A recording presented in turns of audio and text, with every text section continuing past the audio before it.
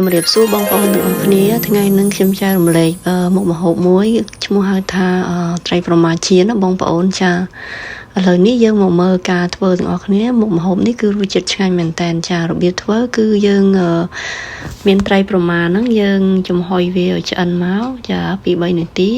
បន្ទាប់មកគឺយើងបេះសាច់វាចេញកុំឲ្យមានជាប់ឆ្អឹងអញ្ចឹងណាបងប្អូន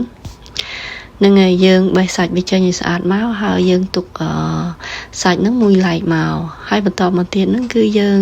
មកឆាសាច់យើងឲ្យឆ្អិនបងប្អូនចាពីព្រោះយើងត្រូវតែឆាសាច់វាដើម្បីឲ្យវាឆ្អិនខ្លះសិនណាហ្នឹងហើយយើងដាក់ខ្លាញ់បន្តិចមកហើយយើងដាក់សាច់យើងប្រហែលជា2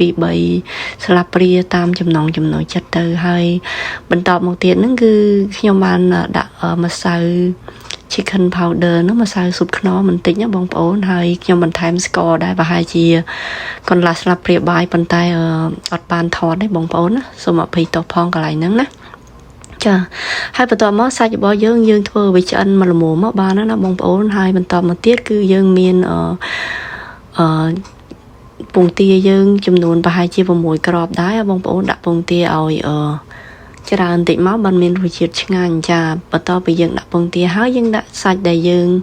សាច់ចិញ្ច្រាំដែលយើងបានឆាបាញ់មិញចូលទៅចាសាច់ឆាហ្នឹងគឺសាច់មានខ្លាញ់ណាបងប្អូនបើសាច់សុទ្ធអត់សូវឆ្ងាញ់ទេគឺសាច់ជាប់ខ្លាញ់ចាយើងដាក់សាច់ដែលយើងឆាបាញ់មិញចូលមកចាបន្ទាប់មកទៀតហ្នឹងគ្រឿងដែលយើងគឺយើងត្រូវតែជ្រុំពងទាហ្នឹងឲ្យវារៀងម៉ត់អញ្ចឹងណាចូលសពគ្នាអញ្ចឹងណាបងប្អូនចាបន្ទាប់ពីយើងបានជ្រាវវាឲ្យសពហើយគឺយើងដាក់ជាមួយនឹងត្រីប្រមាលដែលយើងបេះយូស្តេសាច់នឹងដាក់ចូលមកបងប្អូនចាបន្ទាប់មកគឺយើងដាក់ជាមួយនឹងស្លឹកខ្ទឹមចិញ្ច្រាំហើយនឹងខ្ទឹមក្រហមដែរចាដាក់ឲ្យរៀងច្រើនតិចមកទើបធ្វើឲ្យត្រីប្រមាលជៀនរបស់យើងនឹងកាត់ឆ្អាប់បានល្អអត់សូវមានក្លិនឆ្អាបបងប្អូនហ្នឹងហើយបន្ទាប់ពីយើងដាក់គ្រឿងទាំងអស់គ្នានឹងទាំងអស់មុខនឹងហើយយើងជ្រាវវាចូលគ្នាទៅបងប្អូនគឺងាយស្រួលមែនតើមុខម្ហូបមួយនឹងអត់មានអីពិបាកទេបន្ទាប់មកគឺយើងដាក់នឹង coconut cream បងប្អូនអត់មាន coconut cream អាចដាក់ជាទឹកដូងហ្នឹងក៏បានដែរទឹកនេះមិនទឹកដូងគឺទឹកខ្ទិះដូងចាបន្ទាប់មកទៀតគឺយើងដាក់ម្រេចម្សៅម្រេចបន្តិចមកនឹងហើយម្សៅម្រេចហើយយើងដាក់ម្សៅខ្ទឹមសដែរណាបងប្អូនចាដាក់ម្សៅខ្ទឹមសដើម្បីឲ្យវាកាន់តែឈ្ងុយខ្ទឹមនឹងហើយបន្ទាប់មកយើងជ្រាវចូលគ្នាចឹងមកបងប្អូនរួចជាការស្រេចហើយយើងធ្វើម៉េចឲ្យវាលបាយហ្នឹង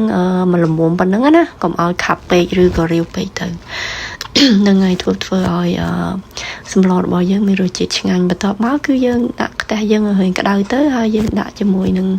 ខ្លាញ់ឆារបស់យើងហ្នឹងចូលមកបងប្អូនចាហើយខ្លាញ់របស់យើងរៀងក្តៅហើយគឺយើងដាក់ជាមួយនឹងល្បាយរបស់យើងចូលមកហើយយើងដាក់មកកុំឲ្យវាក្រាស់ពេកណាហើយកុំឲ្យវាស្ដើងពេកដែរសនុកយើងពេលដែលវាឆ្អិនសនុកឲ្យយើងស្រួលប្រែអញ្ចឹងណាចាហ្នឹងហើយយើងដាក់ភ្លើងតិចបានហើយបងប្អូនពីព្រោះថាសាច់ជ្រូករបស់យើងនឹងឆ្អិនដែរហើយពងទាមិនត្រូវការភ្លើងច្រើនទេមិនត្រូវការភ្លើងខ្លាំងទេអញ្ចឹងយើងដាក់ភ្លើងល្មមទៅបានហើយដល់ពេលដែលវាពណ៌រៀង